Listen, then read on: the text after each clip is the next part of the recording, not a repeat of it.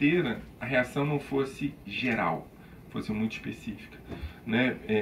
Viajei agora com Bianca para Israel e viajei com Christian para Israel faz 3 anos.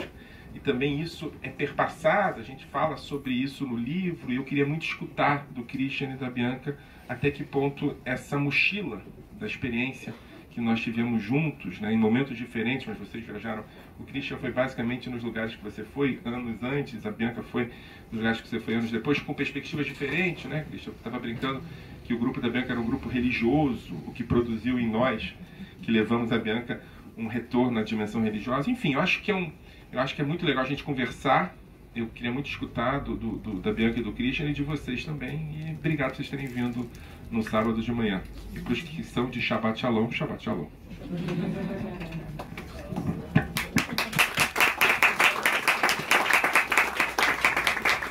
Bom dia.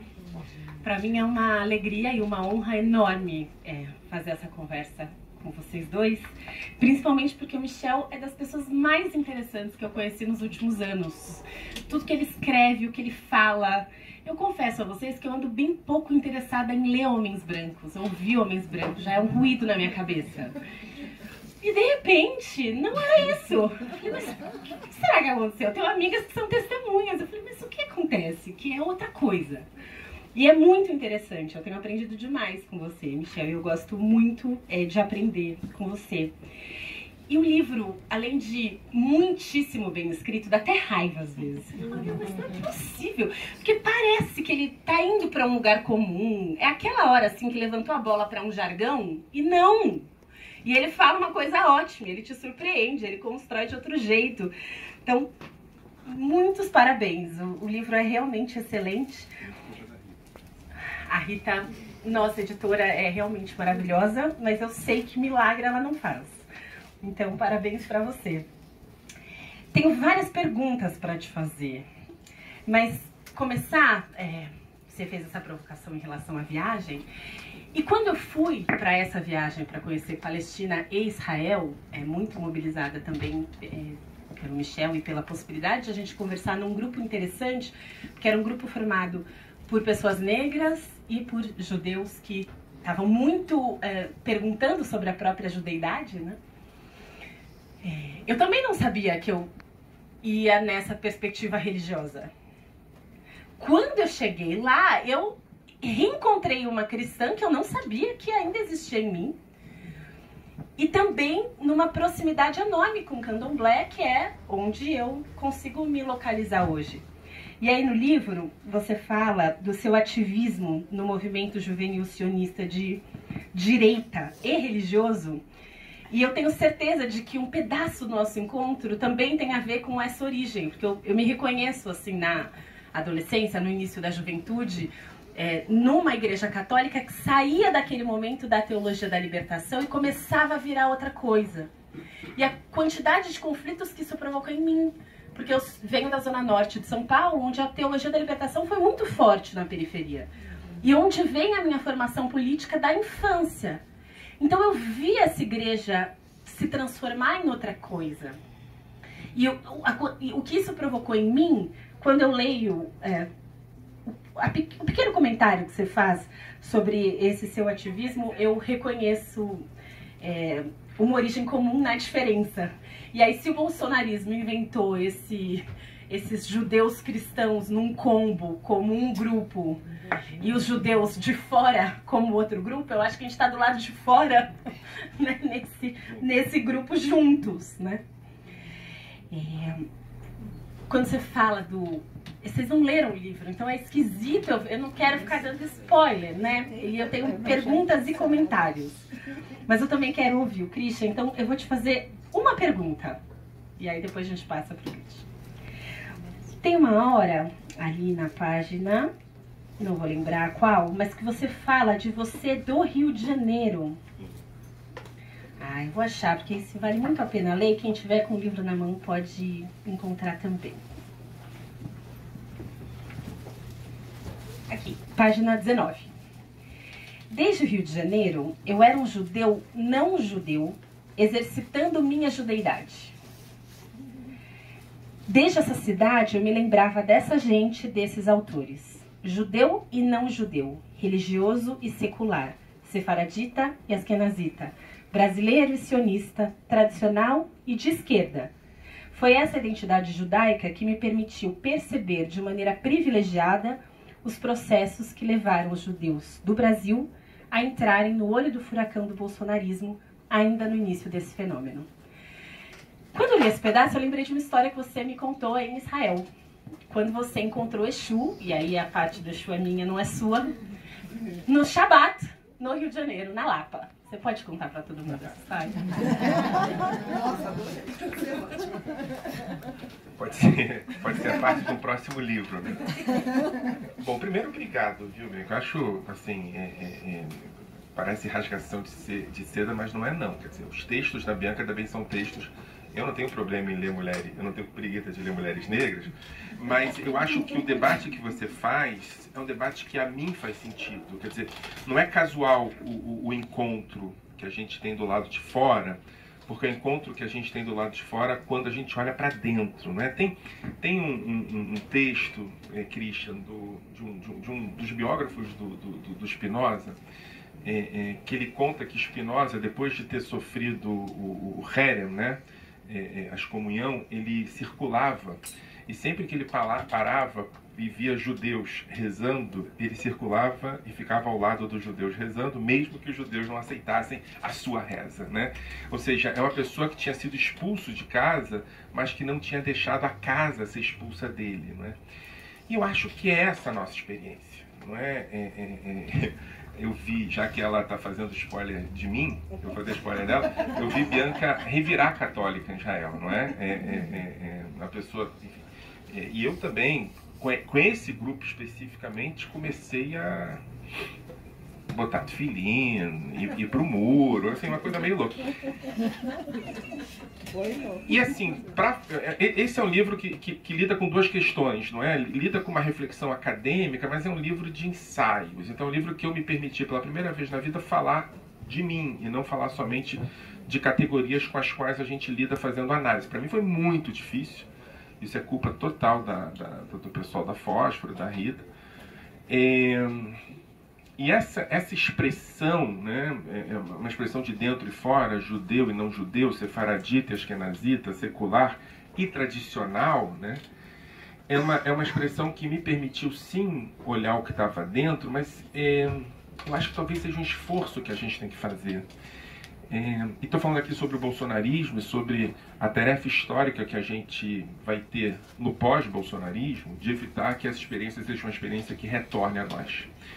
E eu acho que um dos elementos fundamentais é não aceitar ser expulso, né? Não aceitar se desalfabetizar do judaísmo, ou do cristianismo, ou das referências com as quais a gente nasceu.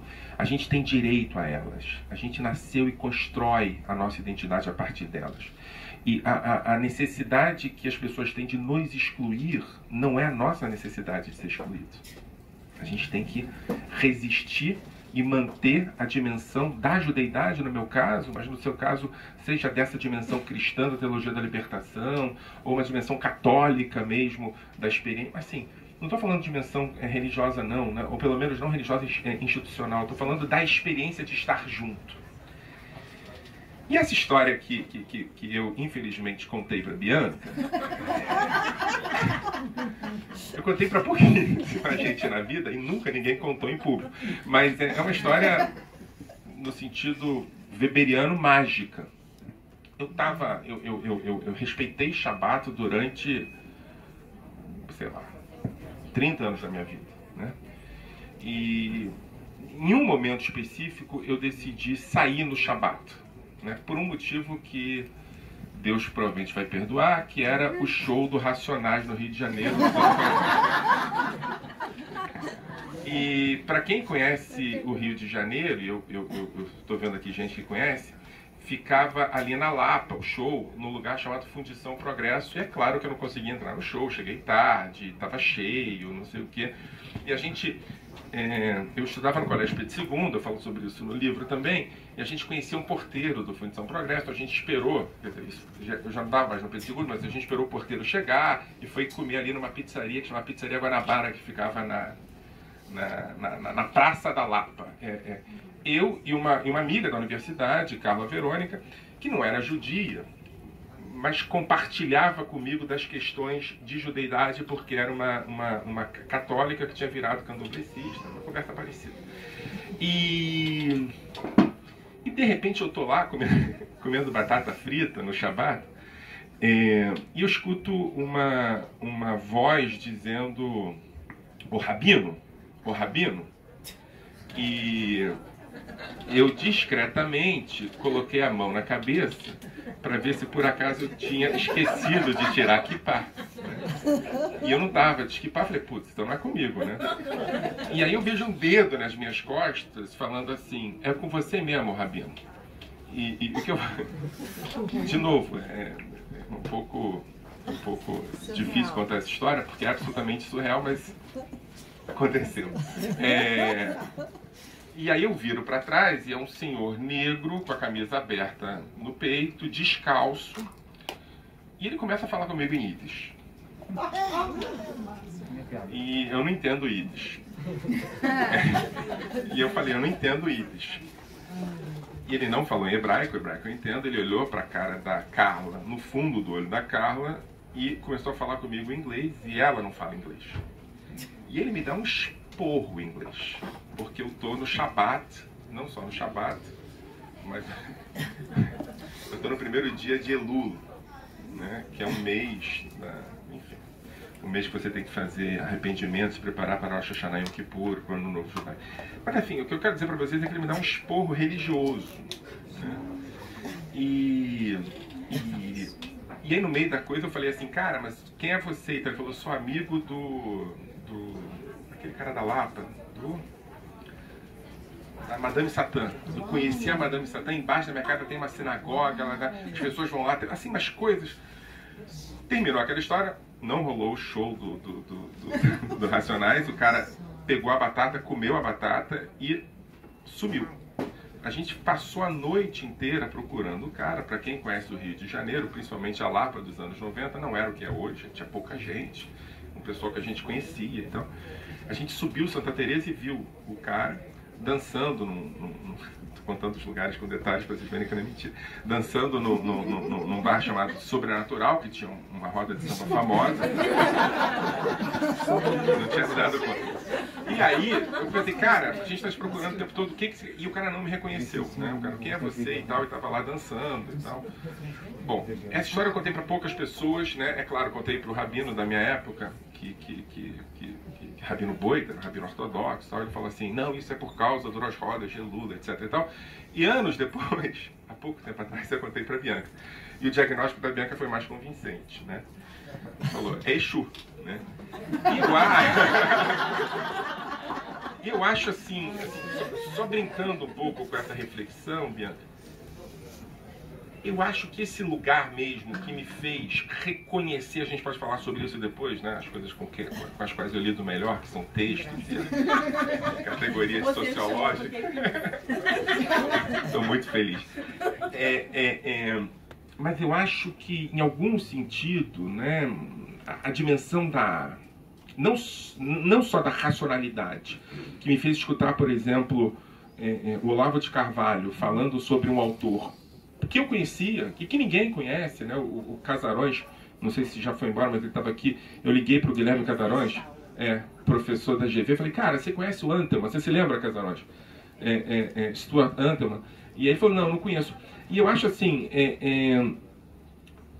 o Olavo de Carvalho, quando fala de Antelman, ele passa desapercebido por vários ouvidos, mas não pelo ouvido de quem frequentou o movimento sionista religioso na Tijuca, também zona norte do Rio de Janeiro, e que participou de reflexões sobre esse autor, que é um autor absolutamente pouco importante, mas é o autor que baseia o que eu vou chamar no livro de antissemitismo filosemita, não é? Profundamente antissemita. Tem conspiração judaica, a conspiração judaica é feita pelos caras de esquerda, etc, etc. Isso não passou desapercebido por mim porque eu conheci esse cara. Né? Enquanto o cara fala de Antelman, eu falo, caraca, Antelman é o cara que eu escutava no Bnei Akiva quando eu tinha 15 anos de idade. E eu acho que a possibilidade de escutar Exu ou de escutar alguém pedindo, isso que é o mais louco de tudo, né? Porque você falou que foi Exu e o Rabino falou que foi... Agora, não tem problema, porque os dois falaram a mesma coisa. Os dois falaram, olha, tem alguém te dando... Eu acho que também é essa possibilidade de eu estar... Desculpa de usar esse termo nesse contexto, mas estar numa encruzilhada identitária, que é uma encruzilhada identitária que eu falo assim, que eu estou percebendo o Exu, que eu estou percebendo o Rosh Chodesh, que eu estou percebendo o Shabbat, e que eu estou percebendo a conversão de setores da comunidade judaica ao nazismo brasileiro.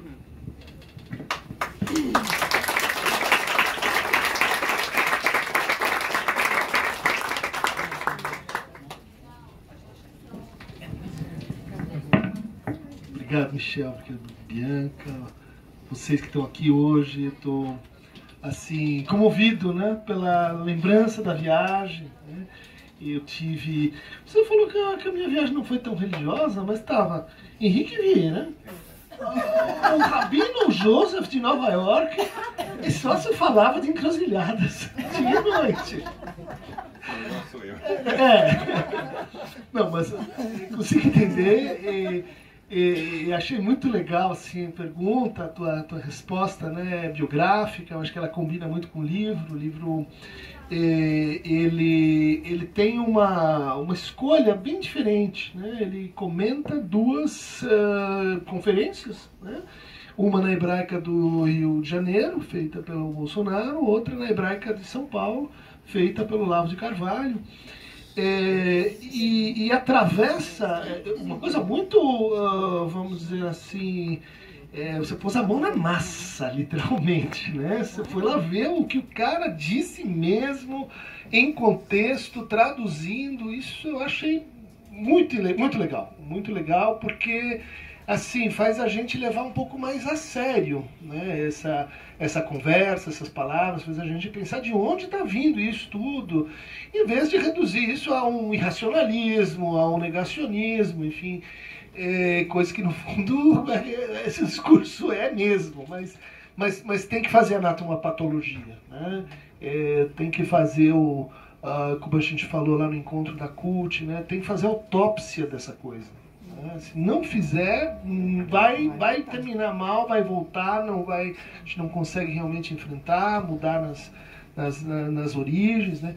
Então eu achei muito legal você trabalhar com esse material textual e articular esses dois eventos com uma história crítica e contextualizada do judaísmo, das diferentes ramificações e imbricações com a política, com a cultura.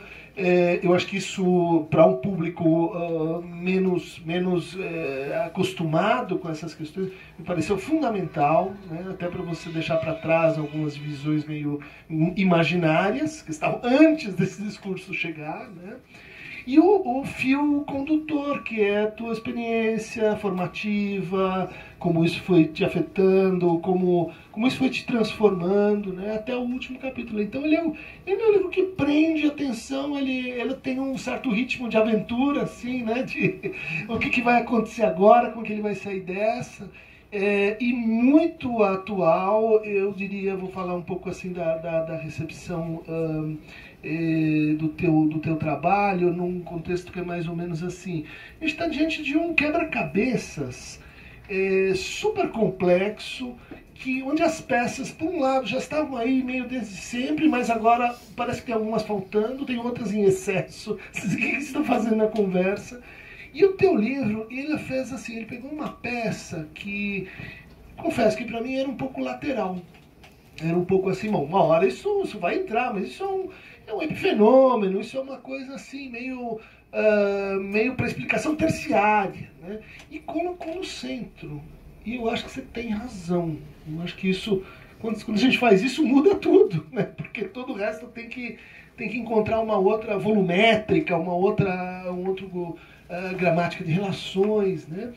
E esse ponto, você chamou, né, o judeu não judeu, em alguns momentos do texto o falso judeu, e eu poderia traduzir, assim, para generalizar a questão, né, no complexo de impostura, né? Que sempre me pareceu assim, olha, isso faz parte da conversa, mas isso é meio retórico, isso é apendicular em relação a... Nós temos um programa, então a gente tem que demonizar o adversário, então a gente fala que o adversário não é sério, e ele é falso, e ele é enganador. Me parecia muito mais importante a ideia, por exemplo, né, do lulista enganador, do que do pseudo-intelectual, né? Quando eu briguei com o Olavo de Carvalho, o cara meteu um processo, e o outro amigo dele aí, o bobão do Constantino, não tinha um momento em que o sujeito não dizia assim, não, mas Cris, você é um pseudo-intelectual. Maybe. Pra mim, ser um verdadeiro intelectual, um falso intelectual, acho que tem outras coisas identitárias bem antes disso. E o cara voltava nesse negócio. E o cara dizia, bom, essa pseudo-intelectual. Quem, na verdade, você pode dizer que é um verdadeiro... Lendo o teu livro, isso fez assim. Claro, porque ele está inventando pseudos-identidades o tempo todo. Ou seja, ele não está falando comigo. Não é para abalar meu narcisismo, ele está falando com o público dele. E está dizendo assim, olha, gente, tem um monte de gente que parece gente, mas não é. Tem um monte de judeu que parece judeu, mas não é. Tem um monte de... mas não é. E essa vacilação identitária, a gente olhando para trás, ela estava na origem do fenômeno, né? Grande movimentação social, visibilidade das questões de raça, a alteração do discurso sobre gêneros. Ou seja, tudo isso era uma espécie de pré-diagnóstico que dizia assim, olha, gente, a gente não é quem a gente pensa que a gente é, né? Vamos suspender um pouco essa confiança identitária, né? Então, a crítica das identidades, ela é uma espécie assim, de resposta e de reconhecimento para isso, né? Que foi o que você fez aqui, você contou uma história, né, falando em Encruzilhada, você falou da nossa viagem, que é uma viagem organizada pelo Instituto Brasil-Israel, e que tem essa finalidade, vamos colocar pessoas diferentes, discursos diferentes, posições políticas distintas juntas, para criar encruzilhadas, né? Só que pra gente, isso é matéria-prima. Isso é uma experiência, como você contou aqui, você fala, putz, queria eu ter tido um Exu na minha vida, cara. Ei, Cris, faça uma experiência transformativa, uma experiência que eu acho que te aproxima da Bianca, te aproxima de mim, te aproxima da Gamboa, te aproxima enfim, aumenta o teu mundo. Só que não é assim para todo mundo, né? E tem muita gente que a hora que você disser assim, você não é na vida um padre, médico, policial que está contribuindo para a sua boa parte, para o nosso quadro social, e ele vai dizer, não, meu Deus do céu, então meu mundo caiu, porque eu não sei mais quem eu sou, né? Essa é a matéria-prima do bolsonarismo, do olavismo. E eu confesso que essa junção não discursiva, você faz um trabalho de discurso, você vai lá e mostra como são versões da mesma coisa, né? São versões e como isso já estava lá, e sim, né, na retórica nazista, né, no fascismo. A gente teve um grupo de trabalho sobre fascismo e bolsonarismo, e ninguém viu isso. Olha, a gente tem várias associações, né? Quer dizer, perseguição de sexualidades divergentes, criação de inimigos, industrialização, desumanização, mas esse ponto específico estava meio assim. Sabe aquela coisa mais óbvia que você não vê, porque é o mais óbvio, né? Que é essa... Olha, tem verdadeiros alemães e falsos alemães. Quem é que nós vamos chamar de falsos alemães? Escolhe aí, ciganos, comunistas, os mesmos sempre.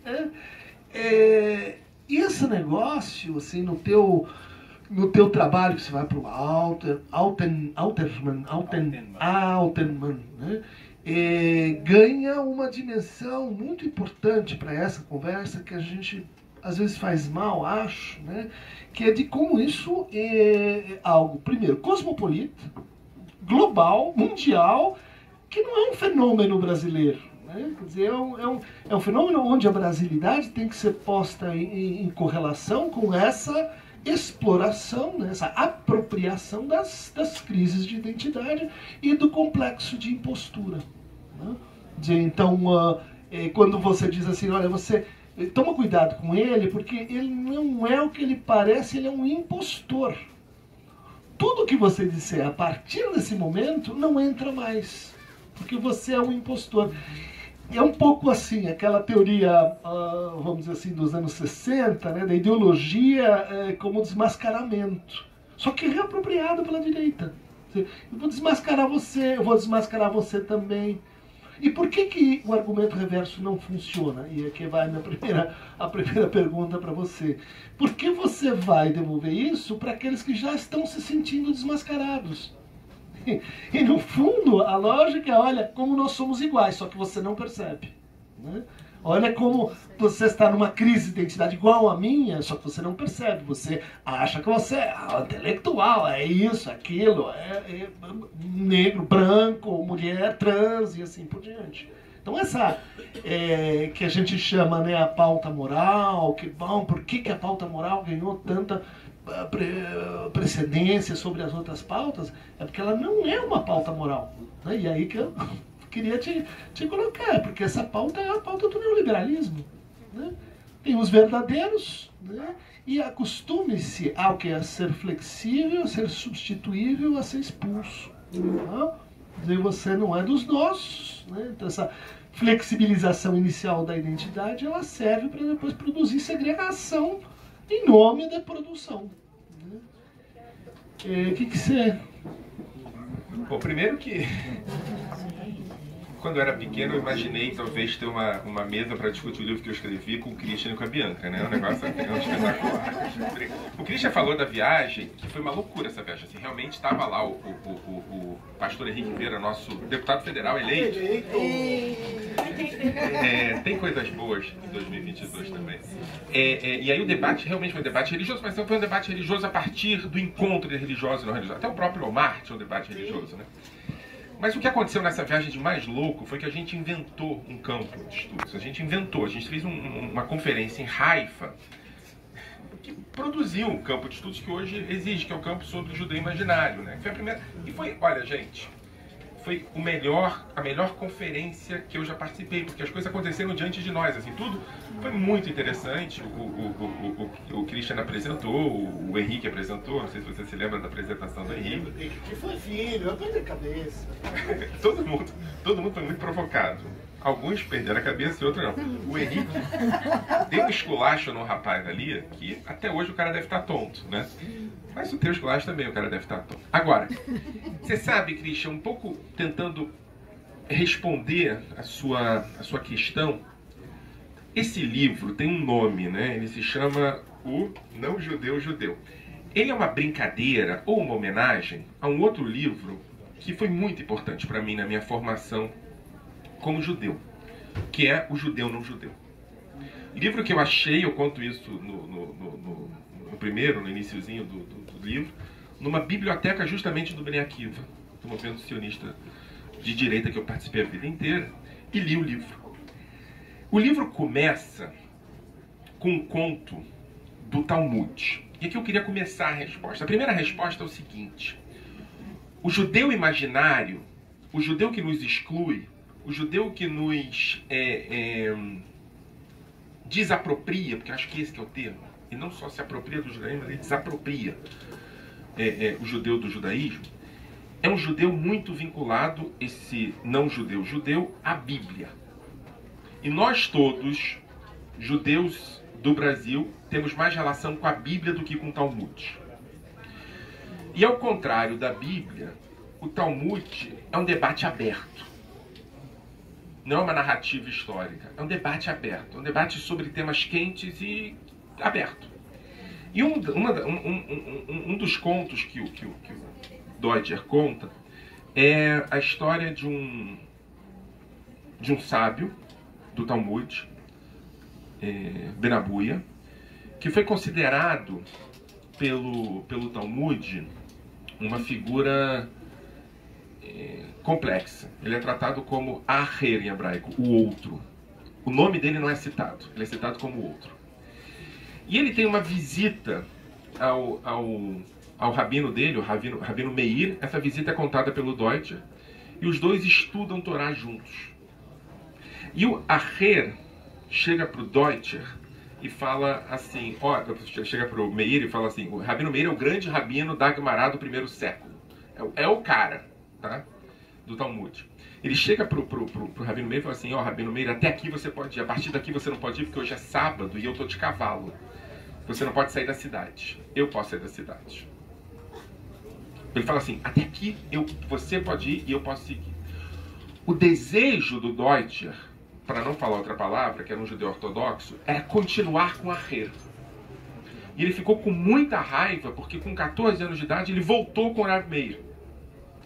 Durante anos eu pensei que esse era o desejo certo, de continuar com Acher. Mas quando eu escrevo esse livro, eu fico pensando outras questões. Primeiro, o que significa tratar alguém como outro? Não é só excluir, mas é lidar com a alteridade de uma maneira que a alteridade tem o que ensinar a você. Não se esqueça, o Acher, o outro, vai estudar Torá com o sábio da Guemará. O outro é trazido para dentro. A segunda questão, isso está na Guemará, para vocês não falarem que hoje é Shabbat e eu não estou falando alguma coisa sobre religião.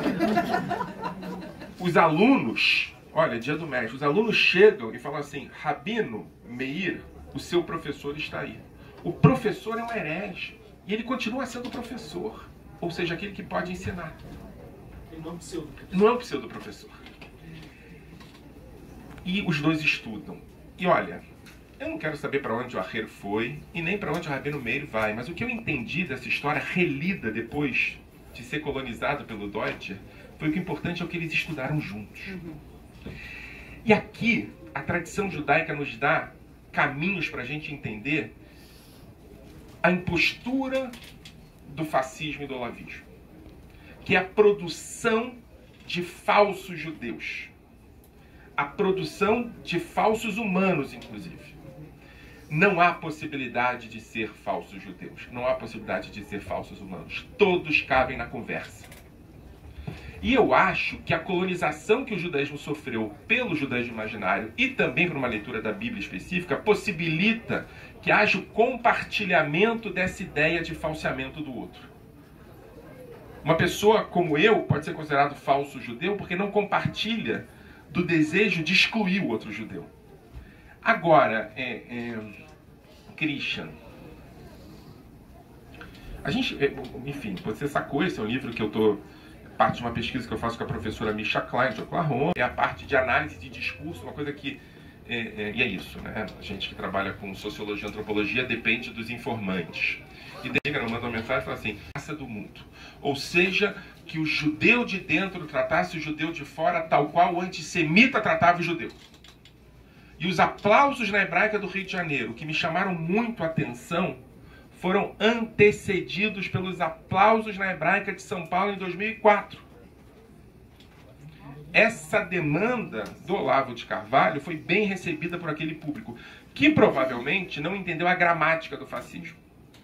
Ou seja, o Olavo de Carvalho produziu uma linguagem, você fala sobre linguagem linguagem do fascismo, linguagem do nazismo, que acabou colonizando o judeu de dentro e produzindo a possibilidade de que ele aceitasse a exclusão do judeu de fora. O que acontece na Hebraica do Rio de Janeiro, em 2017, não é um evento, é um processo. É um processo de colonização, de exclusão, de limpeza, de higiene, que acaba sendo bem sucedido. Mas ele só é bem sucedido porque uma categoria muito mal usada por nós, aqui eu estou falando não judeus, por nós acadêmicos, é uma categoria que foi pouco pensada. Eu estou me referindo aqui ao antissemitismo, ou o racismo, ou a homofobia, ou qualquer outra coisa.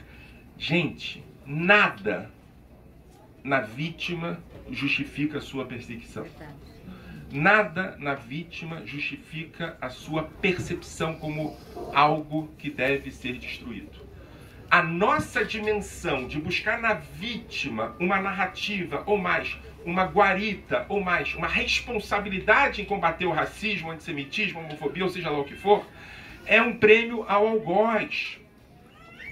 Quem produz antissemitismo é o antissemita, quem produz racismo é o racista, quem produz homofobia é o homofóbico, e não o gay, o negro, a mulher. E o que se produziu no Olavo de Carvalho foi um antissemitismo absolutamente sofisticado. Aqui eu quero dizer que a ideia de que o Olavo de Carvalho é pouco sofisticado, é pseudo-filósofo e tal, nos ajuda a não atacá-lo. Porque ele nos trata como pseudo-filósofo e a gente trata ele como pseudo-filósofo. A gente não coloca ele no campo de batalha. Há que destruí-lo no campo de batalha, não evitar que ele entre. E a ideia de antissemitismo filosemita dá ao judeu brasileiro a concretização de um desejo que há muito tempo está na ordem do dia, que é o desejo de virar maioria. O judeu sonha em ser maioria. O judeu sonha em que as pessoas ao redor dele escutem as coisas que ele escuta em casa, que usem os símbolos que ele usa em casa, etc, etc.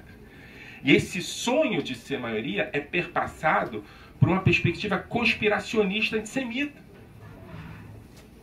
E ele assume a dimensão conspiracionista antissemita para ser maioria. E quem está atacando ele é o pseudo-judeu. E aí o que o Olavo de Carvalho diz? Mas esse pseudo-judeu não é novo, ele está desde o século XVI. Gente, eu fui ler, o Olavo de Carvalho cita Gershom Scholem. Eu fui ler Gershom, eu passei um ano lendo o que o Olavo de Carvalho escreveu e o que ele falou. Gershom Scholem não leu, ele leu Antelman falando do Gershom Scholem. Ou seja, há aqui acessado pelo Olavo de Carvalho as dimensões mais antissemitas. E o que eu quero dizer para vocês é o seguinte: esse cara produziu o antissemitismo do mais puro, do mais radical, do mais extremista durante 17 anos. Inclusive, A Última Tentação de Cristo, um filme do Mel Gibson, que ele cita em 2003, no jornal O Globo, dizendo para os judeus: vocês não estão entendendo. Ele diz isso no jornal O Globo, não um jornalzinho. Vocês não estão entendendo. Os cristãos que fizeram esse filme são seus amigos. Leiam Antelman. Em 2003, 2004, ele é convidado para a Hebraica de São Paulo. De 2004 a 2017, vocês vão ler no livro, ele cita o que há de mais antissemita cruel em aulas, em debates, em textos. Antissemitismo mesmo, conspiracionismo mesmo, só que o judeu, que é o inimigo, somos nós, não os judeus de direita. E durante 13 anos, um bar mitzvah, esse cara cita, fala, expõe. Vocês vão ler, tá tudo aí. Eu decidi colocar essas questões para poder ilustrar o discurso. E o Olavo de Carvalho não é considerado antissemita. Não foi cancelado pela comunidade judaica. Ao contrário. E mais do que isso. Enfim, só para adiantar um pouquinho, desculpa ter falando muito, mas no discurso da Hebraica do Rio de Janeiro, eu brinco que o Bolsonaro não tem capacidade de um discurso coerente, não tem mesmo. Vocês vão ver isso na Hebraica do Rio de Janeiro. Ele começa falando, por exemplo, do Anselmo Góes. Mas não é que ele fala do Anselmo Góes alguma coisa. Começa o discurso assim, ó, Anselmo Góes, né?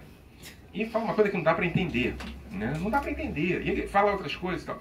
Mas, de repente, a gente começa a entender, né? São o que eu chamo, citando o Salins, né? Ilhas de razão no meio de caos. E as ilhas de razão do Bolsonaro são referentes ao discurso do Olavo. Ou seja, aonde eu consigo entender o que o Bolsonaro está falando é exatamente o que o Olavo falou em 2004 na Hebraica. É o mesmo discurso. Eu vou dar um exemplo. Bolsonaro falou no clube judaico que tem raças boas e raças ruins. Sim, sim. Falou que tem raças boas e raças ruins. E falou, inclusive, quais são as raças boas. São os japoneses e os italianos. As raças ruins são os haitianos, os chineses, venezuelanos. São as 3 raças ruins. Durante 1h30, eu quero que vocês entendam o seguinte. Eu vou repetir, tá? O atual presidente do Brasil citou num clube judaico que nas categorias sobre raças, há raças boas e raças ruins. E foi aplaudido. A parte do negro pesar como arrobas é parte desse discurso, foi logo depois. Mas antes disso ele fez uma... Qualquer pessoa que estuda em escola judaica sabe que esse discurso de raças boas e raças ruins tem um endereço claro. Mas mais do que isso, durante 1h30, num clube judaico, Bolsonaro não cita a palavra judeu. Sempre que ele vai dar exemplos bons, ele fala de italianos ou de alemães. Não fala de judeus. E japoneses. Não fala de judeus. Eu acho que... Enfim, eu acho isso.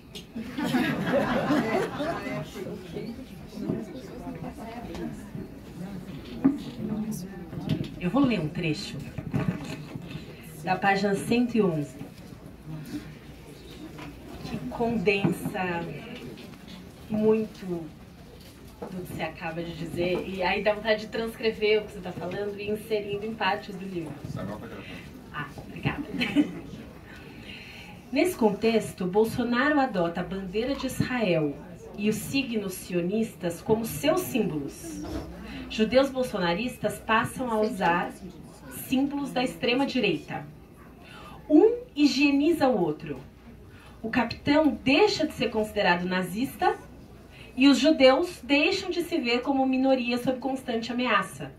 Bolsonaro se converte a um judaísmo imaginário, enquanto os judeus de direita se convertem ao bolsonarismo.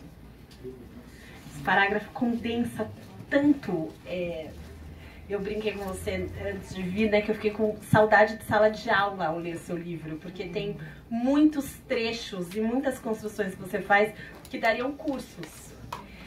E deixa eu ler o título da tese da Sueli Carneiro. Eu não sei se você conhece a tese da Sueli, mas eu fiquei com muita vontade de colocar a tese da Sueli em diálogo com a sua discussão sobre o outro.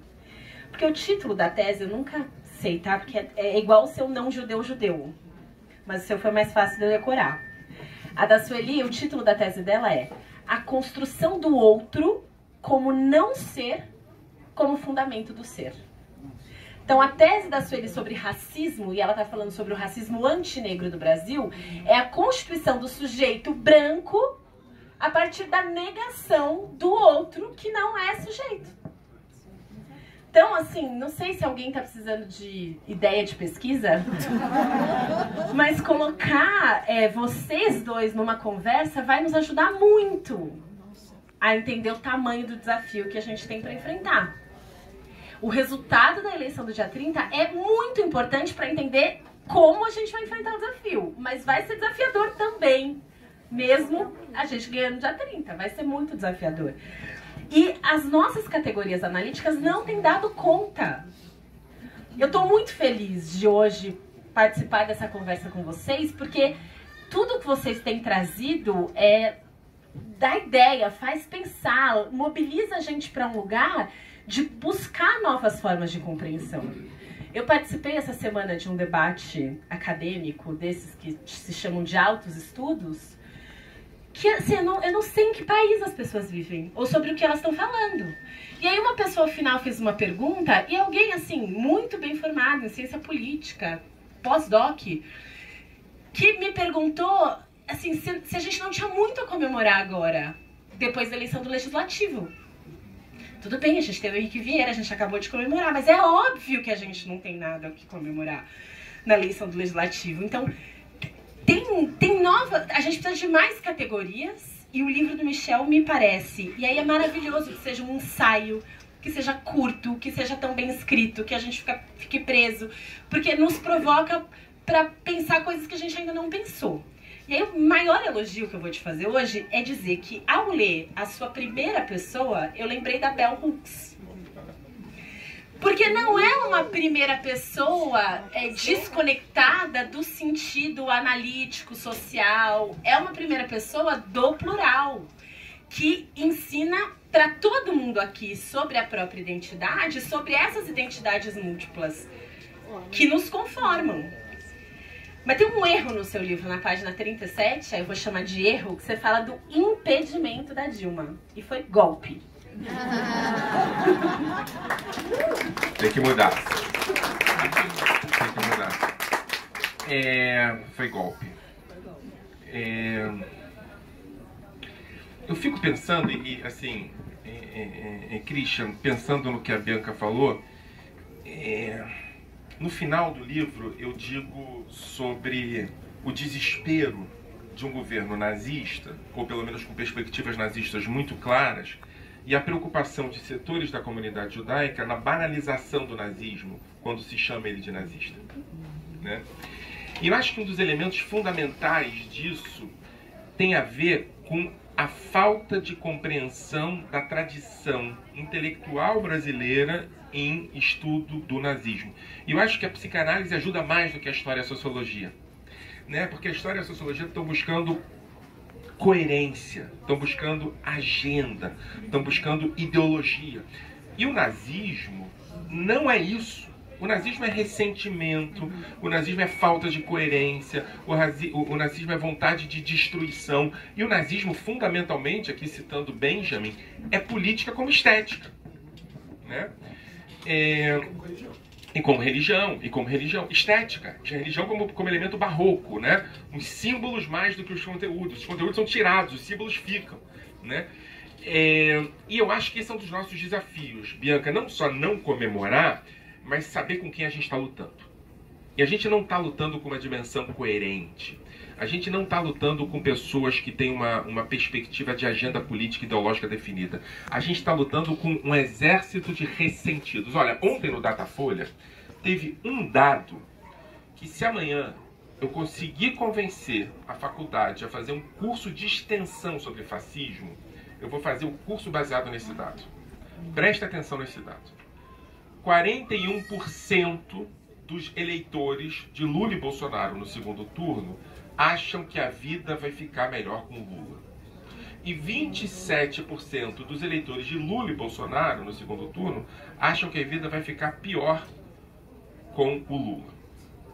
Ou seja, grande parte dos eleitores do Bolsonaro estão votando no desejo de uma vida pior. É disso que a gente está falando. É disso que a gente está falando. A gente está falando em gente que está buscando a destruição, a morte e a dor. Agora, isso é fascismo. Fascismo não busca em dimensões ideológicas. Busca em ressentimentos e, desculpa a palavra, tesão pela morte. É disso que a gente está falando.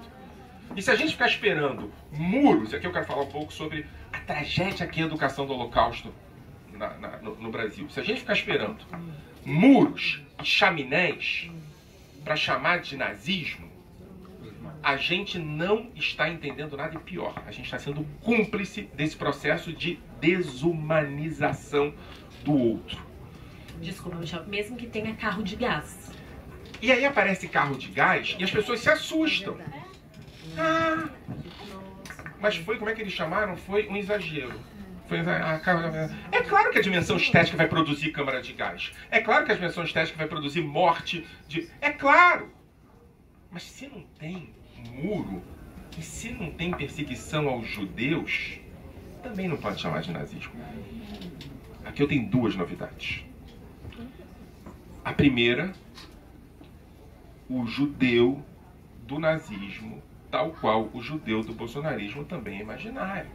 Hitler não quer saber se você se considera judeu ou não. Hitler decide se você é judeu ou não. Tal qual Olavo. Primeiro ponto. Segundo ponto. Já tem vítimas judaicas.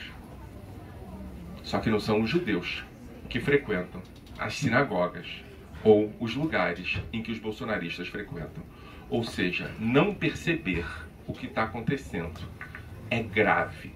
Esperando que a gente esteja às vésperas do pós-bolsonarismo, pelo menos como presidência e não como fenômeno, porque o fenômeno não vai acabar no dia 30, nós temos que nos preparar para saber como lidar com isso, que é a experiência de pessoas serem colonizadas. Eu acho que esse termo colonizado é um termo importante. colonização, né? A ideia de você desapropriar, a ideia de você produzir vínculos com a estética e não com o conteúdo, de trazer aqueles vínculos com a estética para você e decidir quem está dentro e quem está fora a partir de quem está fora e não de quem está dentro. Isso é colonização, isso não é outra coisa, né? Então, assim, a ideia de que tem setores importantes da comunidade judaica colonizados pelo bolsonarismo significa, em última instância, que o nazismo andou 2 casas no Brasil e que, enfim, estou fazendo uma autocrítica, inclusive, tá, Christian? Pedagogia do Holocausto falhou no Brasil como não falhou em outro lugar do mundo. É uma tragédia. Concordo contigo, Michel. Mas diria também assim, por que a gente realmente não incorporou uma coisa relativamente simples até de você traduzir em termos pedagógicos, de você traduzir em termos discursivos, que é a formulação Auschwitz nunca mais. Né? Quer dizer, não sei o que é o bom, não sei se é norte ou sul, mas isso aqui não. Né?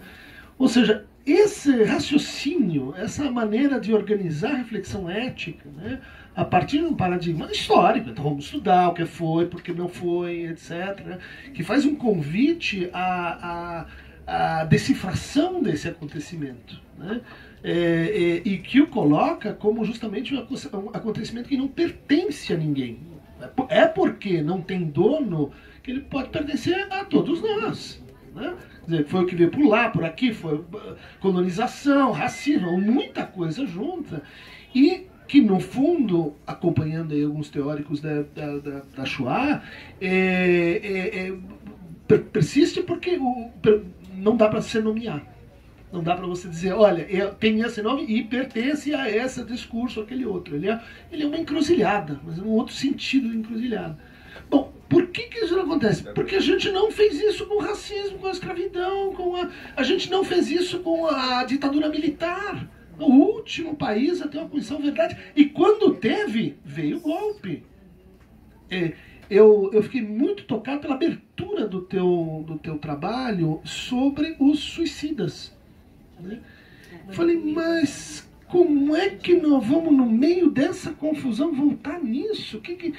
E foi uma percepção muito eficaz, muito acertada. E aí te digo também por um envolvimento duplamente pessoal, né? Quando eu era diretor do Centro Acadêmico da Psicologia, da USP, a gente decidiu renomeá-lo como Yari Avelberg, fui falar com o Samuel, que você menciona, e a gente começou a se deparar com o fato de que a história não tinha sido contada. Não tinha lá. Qual é o autor que disse, então, o que aconteceu? Não, tem um e tal, que tem um livro... não sei se isso foi 86, 87, né? Não, a gente que estava no quê? Democratização. Né? Vamos fazer história. Cadê o material? Não tinha, e não tinha por motivos como você conta no livro, né? Se fosse fazer, era perigo. Se fosse fazer, era perigo dentro entendi, comunidade judaica. Né? Eu não sabia dessa história de que a companhia que cuida do enterro, da exumação, ela foi contrária à exumação até o último momento. O cara teve que ir lá, o advogado dizer, bom, não é um feriado judaico, pode fazer exumação. Né? Tem um filme que retrata isso, mas sem esse ponto, acho que não ficou tão claro, que eu me lembro no filme. Então, quando você volta lá, eu disse, mas isso vai... Onde que isso vai ficar no conjunto da história? Né?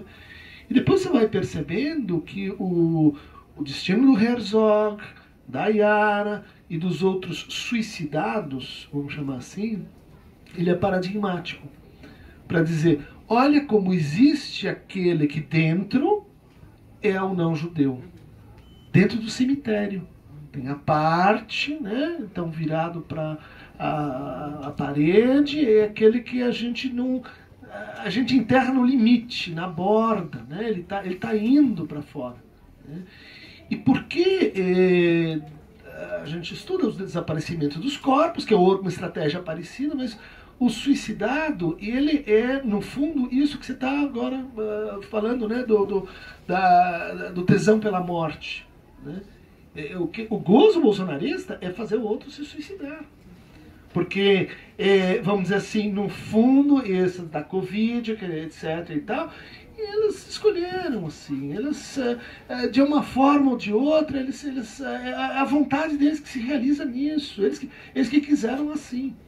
E para isso você tem que fazer essa operação, né, que você conta também, de alinhamento do comunista, com o vermelho, com o sionista, como você conta aqui na parte final, né?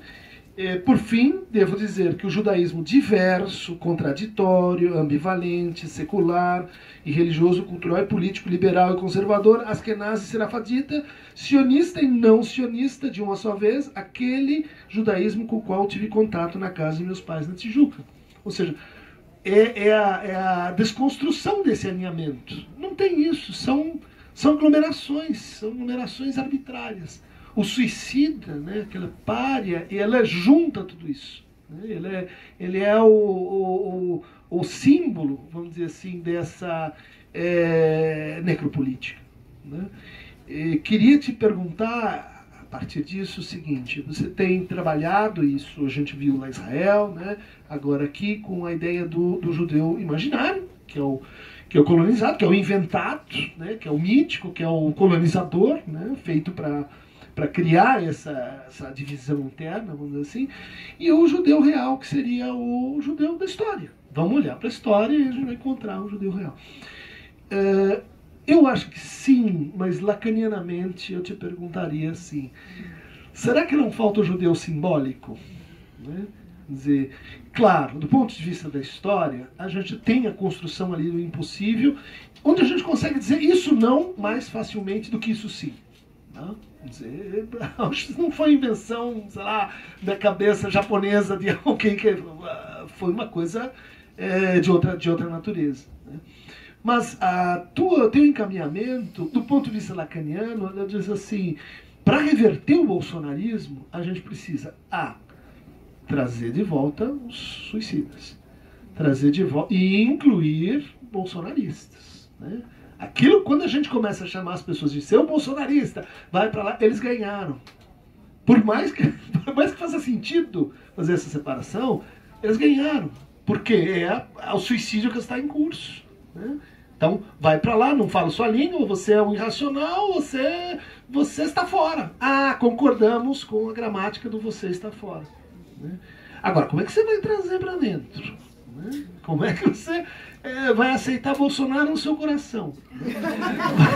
Vai precisar além do judeu imaginário e do judeu real, você que é judeu simbólico. Porque está escrevendo esse livro, dizendo: é assim que faz. Bom, muita coisa, obrigado. Eu acho assim, ó, tremeu minha mão quando eu fui teclar no início. Coisa que a gente tem uma aluna minha fazendo agora uma dissertação de mestrado sobre homenagens dos livros, né? E eu comecei a prestar atenção, né? E assim, a homenagem do livro é para Renata, entre parênteses René, e Milton, entre parênteses Menachem, que me deram regra e compasso, e para Maia e Lana, companhias na viagem. Eu achei importante colocar entre parênteses os nomes judaicos do meu pai e da minha mãe, porque eu acho que essa linha que você está chamando de linha simbólica, essa linha de que aqui você passa, a partir daqui você não vai passar, é uma linha que tem que ser colocada o tempo todo. Ninguém pode negar a minha judeidade. Não é? Ninguém pode negar a minha identidade judaica.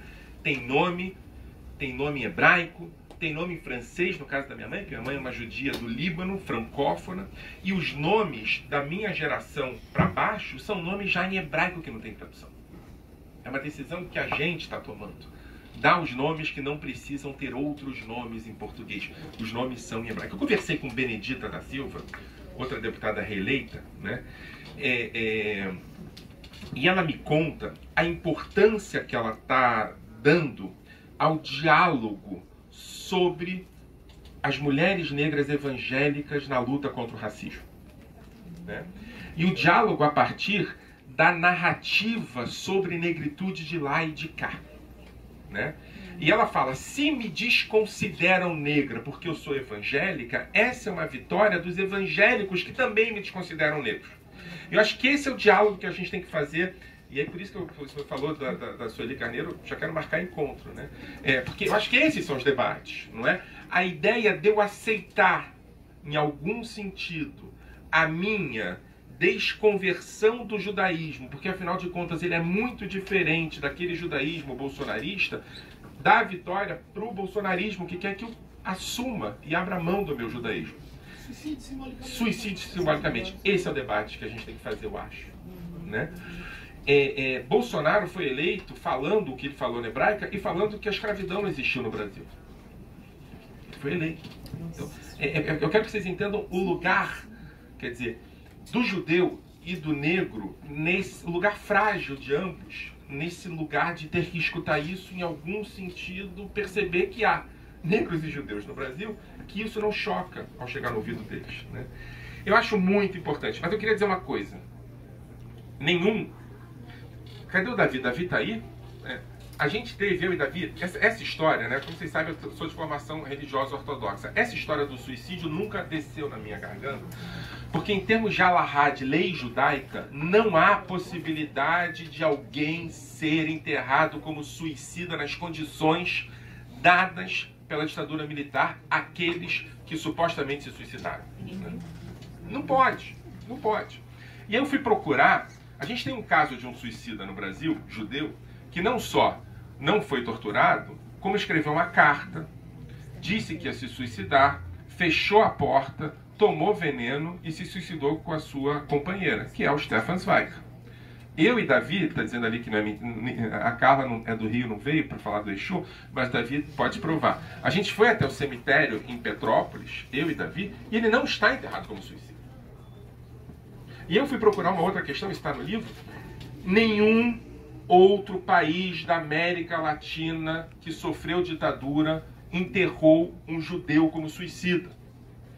Esse é um caso tipicamente brasileiro, um caso de exclusão que não começa na Hebraica de São Paulo em 2004 e sequer começa com Yara Velberg em 1971. Começa já com as prostitutas, com as polacas, que também foram excluídas, não é, Annelise, que estudou isso na sua maravilhosa tese? Eu acho que esse é o debate. Há aqui uma trajetória de exclusão, que é uma trajetória de exclusão cuja referência é o crescimento. Então, primeiro eram as polacas, depois eram os judeus comunistas que não eram sionistas. E na porta da hebraica foram os judeus de esquerda sionistas. Diga-se de passagem, com complacência da esquerda anti-sionista, que também nos percebe como não judeus. Então, assim, eu acho que esse é um elemento.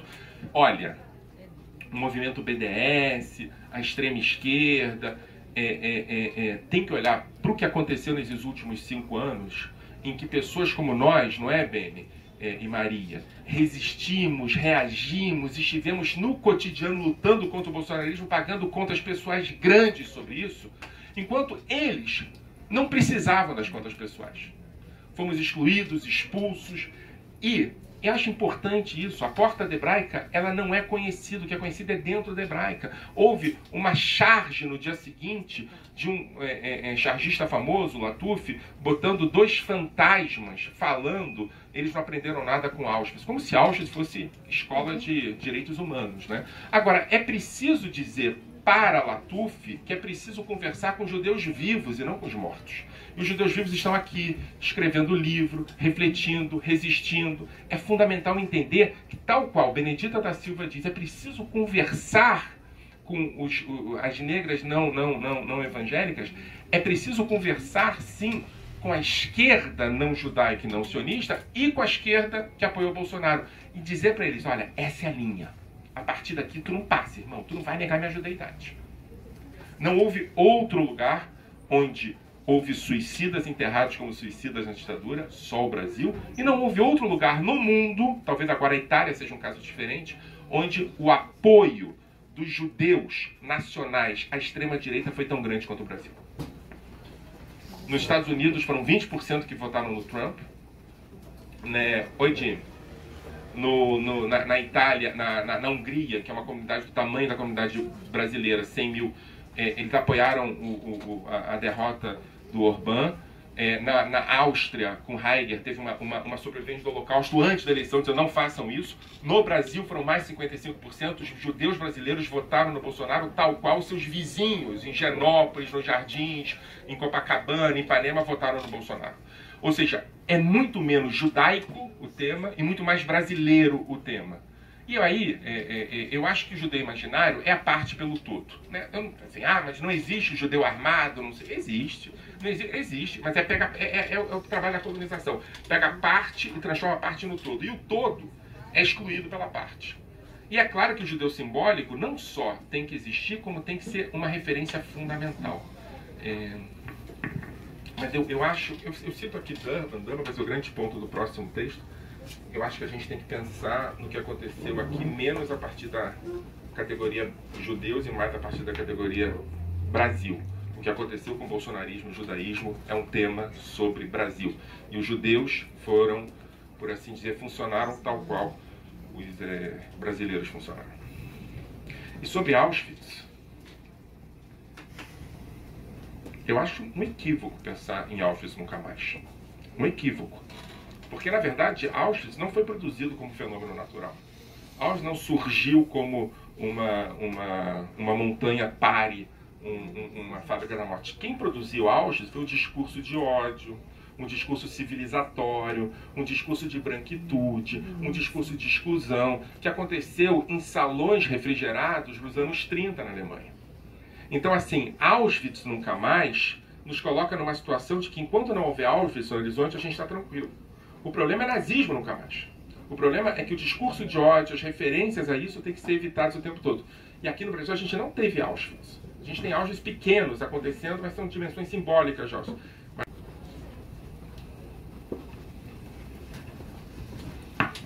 Desculpe. Eu acho que está na hora, né? Não, é coisa rápida, Meu nome é Bernardo Nery. Eu sou um velho jornalista. E por acaso me candidatei a deputado federal pelo PT. Não vai.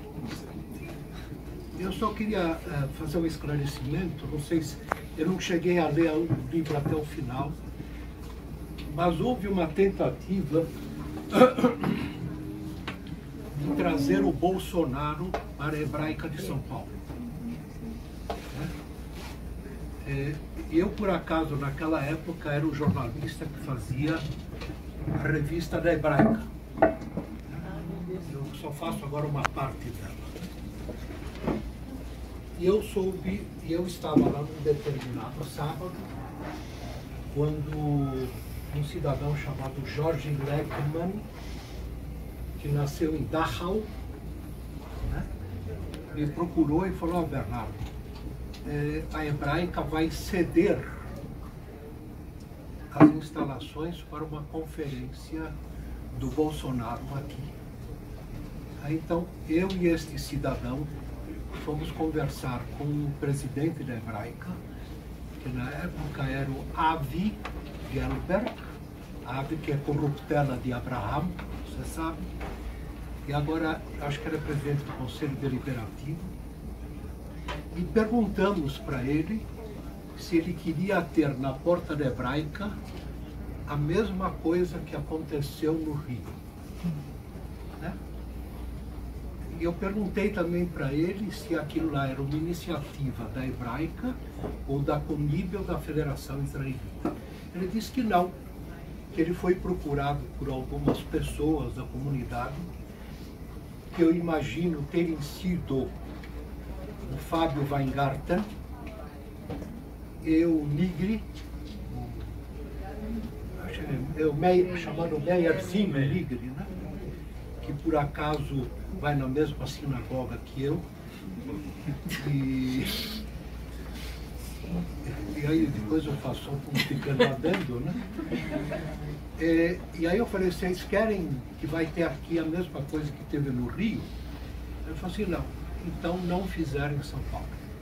Era esse esclarecimento que eu queria fazer. Mais uma coisa, é o adendo que eu queria fazer. Como eu disse, eu fui candidato a deputado federal pelo PT. E na sinagoga que eu vou rezar Cádiz para minha mulher, falaram assim, não fala que você é candidato do PT. Principalmente aqui na sinagoga, que tem grandes doadores que são inimigos do PT. Mas ainda assim eu tive alguns votos lá. Obrigado. Obrigado, Bernardo. Eu só queria deixar 2 pontos importantes. Na história da resistência ao bolsonarismo no Brasil, há 2 elementos fundamentais.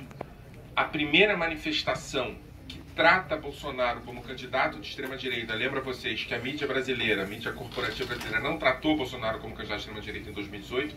A primeira delas foi a manifestação na Hebraica de São Paulo, em fevereiro de 2017. Né? Houve, não só vocês devem ter falado com a AVE, mas houve uma quantidade grande de pessoas que foram falar e abaixos assinados sobre isso. Não é? E a segunda manifestação pública, a primeira manifestação pública efetivamente contra Bolsonaro, foi na porta da Hebraica, Beni e Maria estão aqui, organizada em abril de 2017. Ou seja, na história da resistência ao bolsonarismo, é preciso entender que as primeiras 2 manifestações que claramente chamaram a criança pelo nome, o fenômeno pelo que ele é, foram feitas por judeus do Rio e de São Paulo. E eu espero que essa página da resistência judaica no Brasil seja contada daqui para frente, e não só o que acontece dentro das hebraicas, mas o que acontece também nas periferias delas. Obrigado. Só mais uma coisa. Eu na revista hebraica, eu tinha uma sessão de lançamento de livros. Né? Eu contava lá, olha, vai sair esse livro, vai sair aqui. Aí eu fui proibido, né, de falar do Bolsonaro. Mesmo contando para sair uma biografia do Bolsonaro, ele não pode falar do Bolsonaro. Nem para o bem, nem para o mal. Ele fazer referência a ele. Tá bom. É por isso que está vazio hoje. Gente, a gente tem tempo para 2 perguntas mais. Sim, André. Tudo bem? Gente, meu nome é Andréa Kogan e eu queria falar com o Michel que a gente tem um assunto em comum entre tudo que a gente fala, que é do não judeu-judeu. E eu acho que está na hora da gente falar. Eu escrevi um livro, uma tese de doutorado sobre judeus espíritas, e a gente vem estudando há muito tempo, eu pessoalmente, é o não judeu-judeu. E a palavra que a gente usa, Christian, Bianca, e a gente está tentando levar essas discussões não só para público, para academia, e queria saber como é que o Michel, a gente já trabalha juntos e tal, é realmente legitimar as palavras das pessoas. A gente está usando muito isso. Porque a gente vê pelas discussões no IB, que a gente falou sobre o judaísmo messiânico e tal, e dentro da... E eu falei com o Bernardo, cadê o Bernardo? Quando eu lancei meu livro, a gente conversou muito também sobre isso, e eu acho que esse tipo de iniciativa e o lançamento, a gente tem muito pouco material sobre esse assunto aqui no Brasil, de legitimação das falas dos que estão nas periferias e como outsiders. E toda vez que alguém vem conversar comigo sobre judeus que são ateus ou que praticam outras religiões ou que têm outros tipos de crenças religiosas, também são considerados periféricos, também são considerados párias, também são considerados, com esse você não pode conversar, com esse não é considerado judeu. Eu acho que isso é um mal que a gente está tentando combater há muito tempo e que a gente tem muito poucas vozes ainda para discutir. Então eu fico super feliz de pelo menos a gente conversar isso e dar voz a essas falas e a essas pessoas. Quer dizer, quantas pessoas falam para o Michel e quantas pessoas falam para mim no sentido de, poxa, agora eu tenho uma voz, agora você entende, agora eu sou compreendida, eu não sou sozinha. Eu queria saber isso, Michel. Você tem ouvido isso? Assim, eu não estou sozinho mais nessa luta. Só agregar uma coisinha. É o índio com celular, né? Eu acho que tem algumas questões, algumas camadas. Primeiro, vale a pena, eu vou lá amanhã, tá, Leila, ver a exposição já pronta, que eu fui ver a exposição não pronta, que também tem um debate sobre identidade judaica a partir da periferia. Eu não sei se vale a pena sair da periferia, eu tenho dúvidas, né? Eu gosto da Hannah Arendt falando sobre o voluntário pária. Sim. Eu gosto do Alberto Memmi falando sobre o judeu de fora. Eu gosto do Isaac Deutscher falando sobre o judeu não judeu. Eu não sei se a gente precisa buscar espaço no centro, né?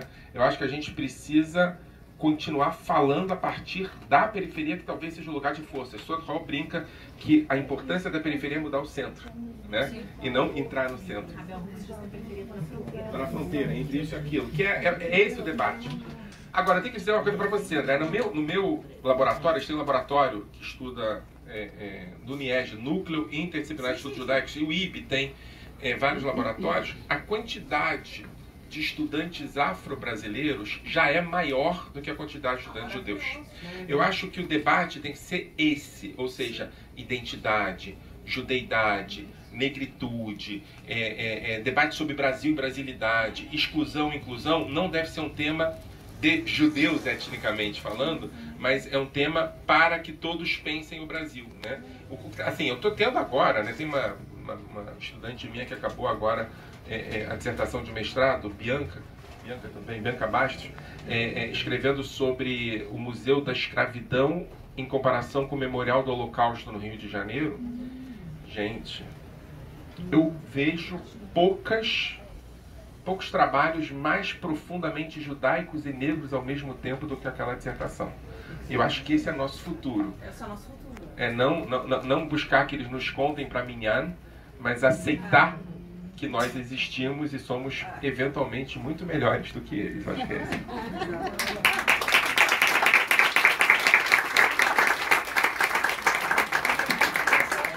Da Praça Marielle Franco, que a gente viveu lá em Israel, simbolicamente, né? Mas que foi essa entrada aí de juntar mundos, né? Que eu acho que é isso que está falando. Vamos juntar mundos, mas reconhecer o outro. Em Tel Aviv, a gente fundou simbolicamente uma praça Marielle Franco na frente da Cinemateca de Tel Aviv, o lugar mais central possível de Tel Aviv. E aí os jornalistas brasileiros acharam que aquilo era uma praça de verdade sendo fundada e isso virou um tema. Eu acho ótimo, eu acho que essas dimensões dadaístas da possibilidade de você produzir realidade a partir de uma dimensão de subversão dela, subverter, né, transformar o centro e a periferia nas fronteiras que dialogam um com o outro, a gente tem que... Eu só acho que não dá pra gente ser fofo. Acho que é passado o tempo da... Nos aceitem, por favor. Isso aí. Fofura. Gente. Só comentando aquela noite fria, né? E que a gente pôs a placa Marielle Franco numa praça, né? Já perto de onde o Rabin foi assassinado, né? Do lado. E eu acho que aquilo funciona, viu, Michel? Porque você tem ali uma denúncia irônica da impostura, né?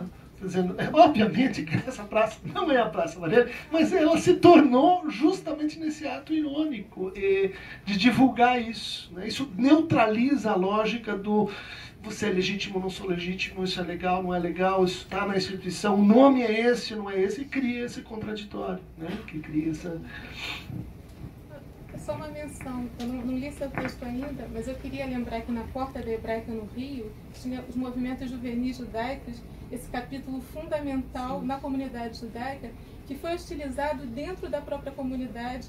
Teve um grupo que se uniu para defender, né, o Dror, enfim, a Shomer. Então, certamente você falou disso, mas lembrar essa importância dos movimentos juvenis, né, que são alguma coisa também de dentro e fora, né, da esquerda. E tentaram, é isso, quer dizer, não são só... É bom a Leila estar falando isso, a Leila Danziger está falando isso, porque não é só a exclusão do sionista, é a exclusão do jovem sionista, a exclusão daquele que se voluntaria todo sábado na educação judaica humanista, não é?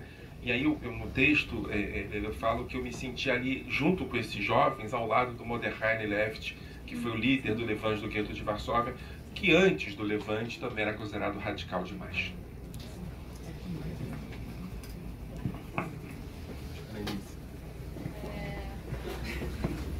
Não, acho que dá para ouvir. Primeiro agradecer as falas de vocês, achei fantástico. Estou saindo daqui pensando em várias coisas, mas eu fiquei com uma questão, Michel. A gente acabou de falar sobre isso na aula quinta-feira, né? A respeito do tempo que a gente tem para reconstruir esse país ou para ter encontrar algum ponto de retorno, né, desse lugar que a gente chegou.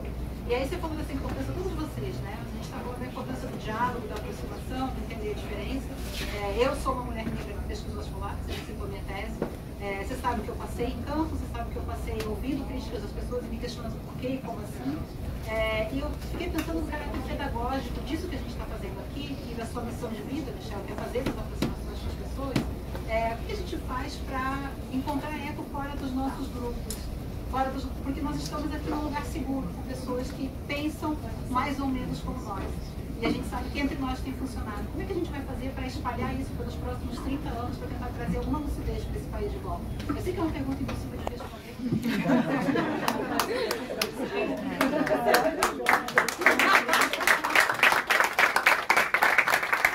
Annelise, eu trabalhei durante muito tempo num museu em Jerusalém chamado Museu On the Seam, né? Em hebraico é Museu na Latefer, que é Museu do Limite em português, que é um museu que fica entre Jerusalém Oriental e Ocidental, Jerusalém secular e religiosa, Jerusalém sefaradita e ashkenazita. É um museu que fica no meio do caminho, né? E até a possibilidade da gente produzir esse diálogo é que as pessoas viessem ao museu.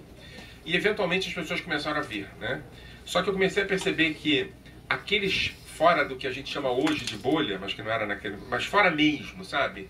Não vinham, né?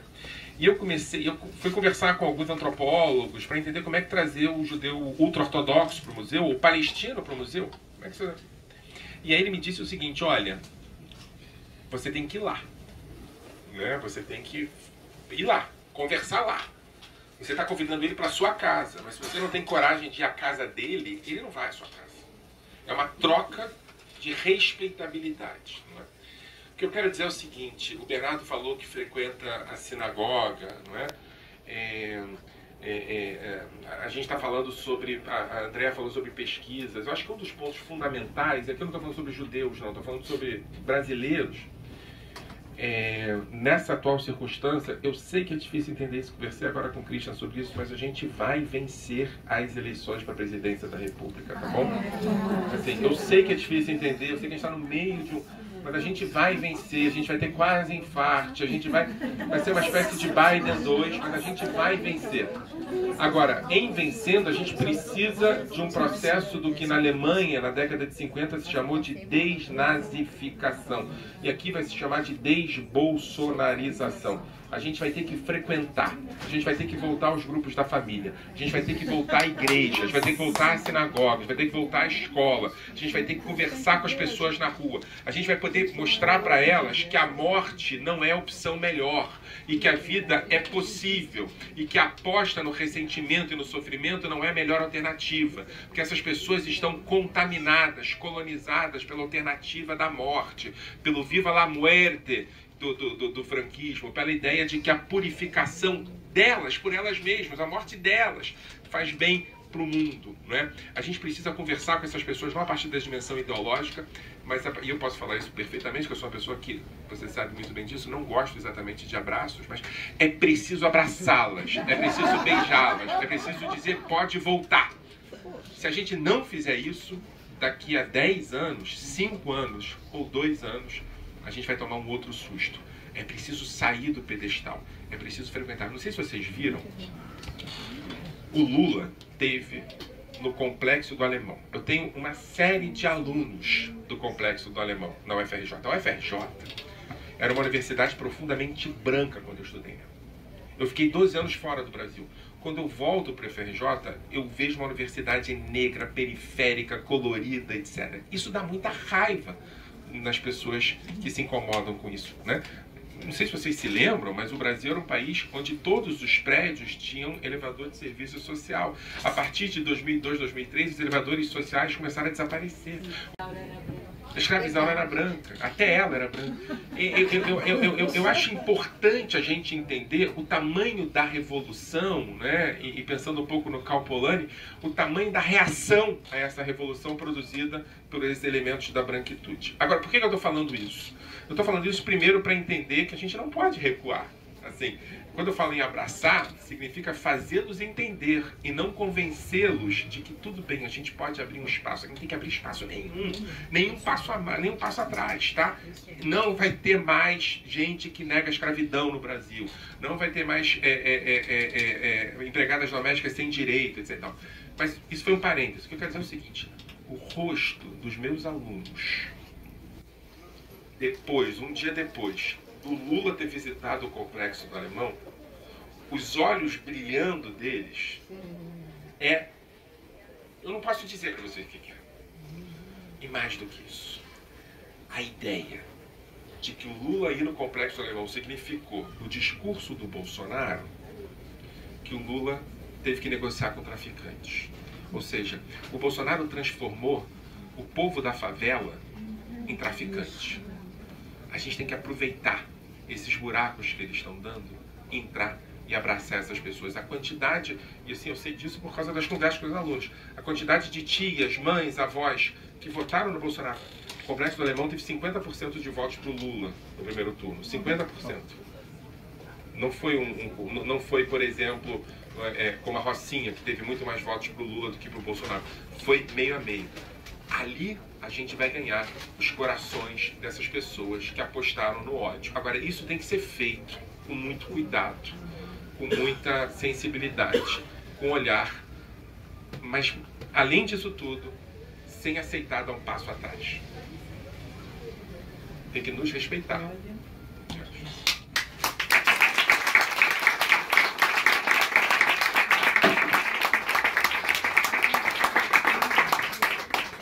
Eu amaria passar o sábado ouvindo mais pessoas e tomando notas de vocês, porque eu tô mexida, muito mexida. Isso que você falou em resposta à Annelise, né? Eu queria depois ler sua tese. Sobre esse deslocamento com cuidado, com sensibilidade, eu acho que tem outra coisa que a gente precisa tomar pra gente, que é coerência. Eu lembro da minha chegada às casas de classe média, que eu achava que era coisa de novela, não é brincadeira. Eu achava que só existia na ficção casa de classe média. Porque eu cresci numa Coab na Zona Norte de São Paulo e as casas que eu conhecia eram daquele jeito. Quando eu chego à universidade, que eu vou na casa dos meus colegas, eu pensei, gente, não é de novela. Isso existe de verdade. E aquelas casas que tinha gente feminista, de esquerda, que até tinha um debate sobre racismo, o jeito como as pessoas viviam não tinha nada a ver com aquilo que elas falavam. E eu me sinto migrante de classe, mesmo que seja uma coisa muito fronteiriça. E eu pratico um exercício diário dificílimo de não ter nenhum tipo de emprego doméstico na minha casa. Isso é muito difícil. É muito difícil ter 3 crianças, trabalhar, estudar, fazer ativismo, sem ter aquilo que a classe média julga fundamental, que é ter alguém limpando a sujeira enquanto você faz aquilo que é importante. E aí eu lembro da Silvia Federici, uma autora feminista italiana que vive nos Estados Unidos, que fala sobre essa coerência. Enquanto a gente não compreender que aquilo que a gente consome, que as nossas práticas, elas dizem mais sobre nós do que os nossos discursos, vai ser muito difícil trocar uma ideia no Complexo do Alemão. Muito difícil. E tem um compromisso nosso necessário de enraizamento. E eu não sei se a gente tem condição de fazer. Eu amaria que a gente tivesse. E eu sei disso porque eu sou casada com um homem branco que tem teve empregada doméstica desde que ele nasceu. E até hoje é um horror. Sempre que a coisa aperta muito, ele fala, mas tem um jeito muito simples de resolver. Óbvio, o jeito muito simples de resolver é trazer uma mulher negra pobre pra dentro dessa casa. E não pode ser resolvido do jeito simples. Tem que ser resolver do jeito complicado. E desculpa por constranger vocês, tá todo mundo me olhando com uma cara de constrangimento. Mas dá pra gente mudar práticas. Eu lembrei nessa conversa de muitas pessoas. Eu fiquei muito feliz também quando eu li sobre o Vlado e a Yara Yelverberg. E tem uma biografia da Yara, que foi publicada em 92. Eu fui dar um Google quando a gente estava falando, quando você mencionou. Judith, isso. E eu li na adolescência. Eu era uma adolescente que lia e obrigava as minhas amigas a lerem também. A Yara é uma referência muito forte para mim. Eu não sou judia, mas a Yara me ajudou a constituir uma mulher de esquerda que quer construir um país onde todas as pessoas possam viver.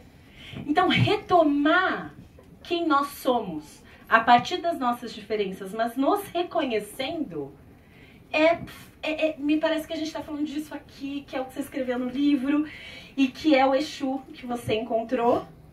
E o Exu que eu só entendi, eu nunca tinha entendido direito, porque Exu era mercado. Porque Exu é muita coisa no candomblé, mas Exu é também o mercado. Eu entendi que Exu é mercado em Jerusalém. Mercado, é o mercado, são as trocas, são os encontros, são as várias línguas, é a negociação, isso é Exu. E eu só entendi isso na Cidade Velha de Jerusalém. Aí eu falei, gente, Exu!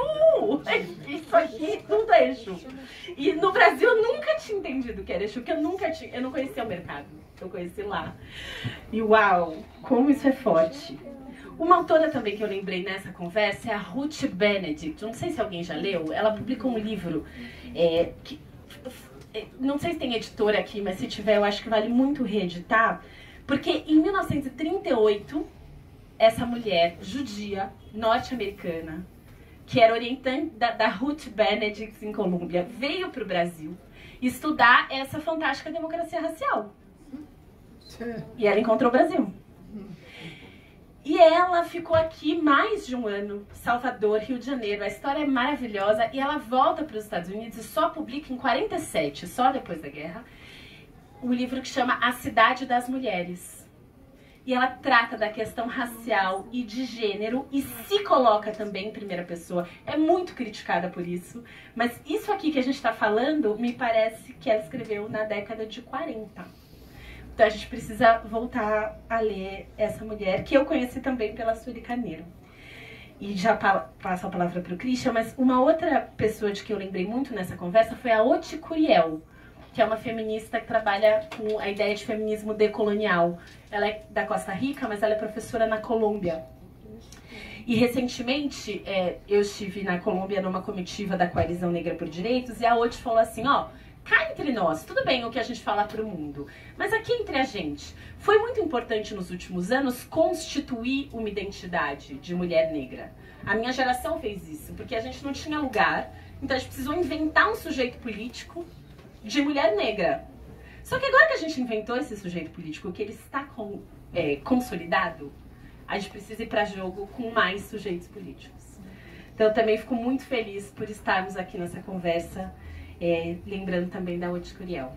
Muito, muito obrigada pelo convite para debater seu livro maravilhoso. Vocês vão curtir muito. Obrigada também.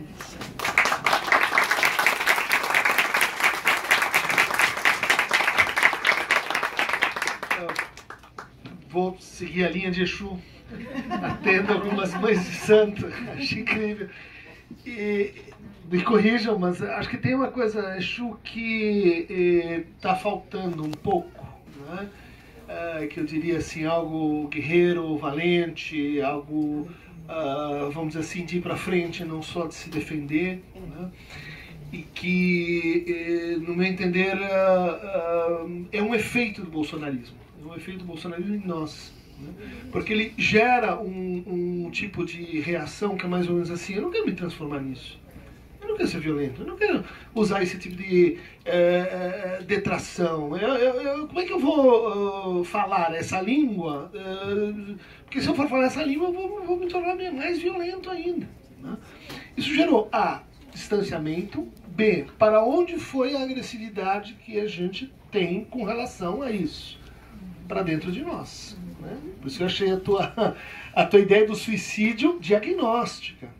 Claro que não é voluntário, não é consciente, mas aquele cara que você queria esganar, ele mora do seu lado na universidade, você começa a descer a pancada nele. Aquele cara da esquerda que tá à mão, você começa a hiperinflar e a criar guerras de divisão, que é o objetivo desse negócio, né? Quer dizer, você, em vez de se reconhecer nesse comum, impossível, contraditório, começa a absorver essa ideia da endoagressividade, né? Que vai terminar no cara lá do Stalin, né? Do cara que se oferece em suicídio para o sistema como se isso fosse um ato de coragem, como se fosse um ato de transformação.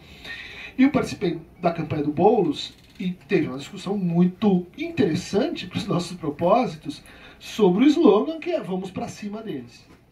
Porque a Vera, né, virou e falou, não, peraí, cima e embaixo é coisa de über alles, né, e Deus acima de tudo, vamos parar com a em cima e embaixo. Vamos inventar uma outra retórica, uma outra forma de falar.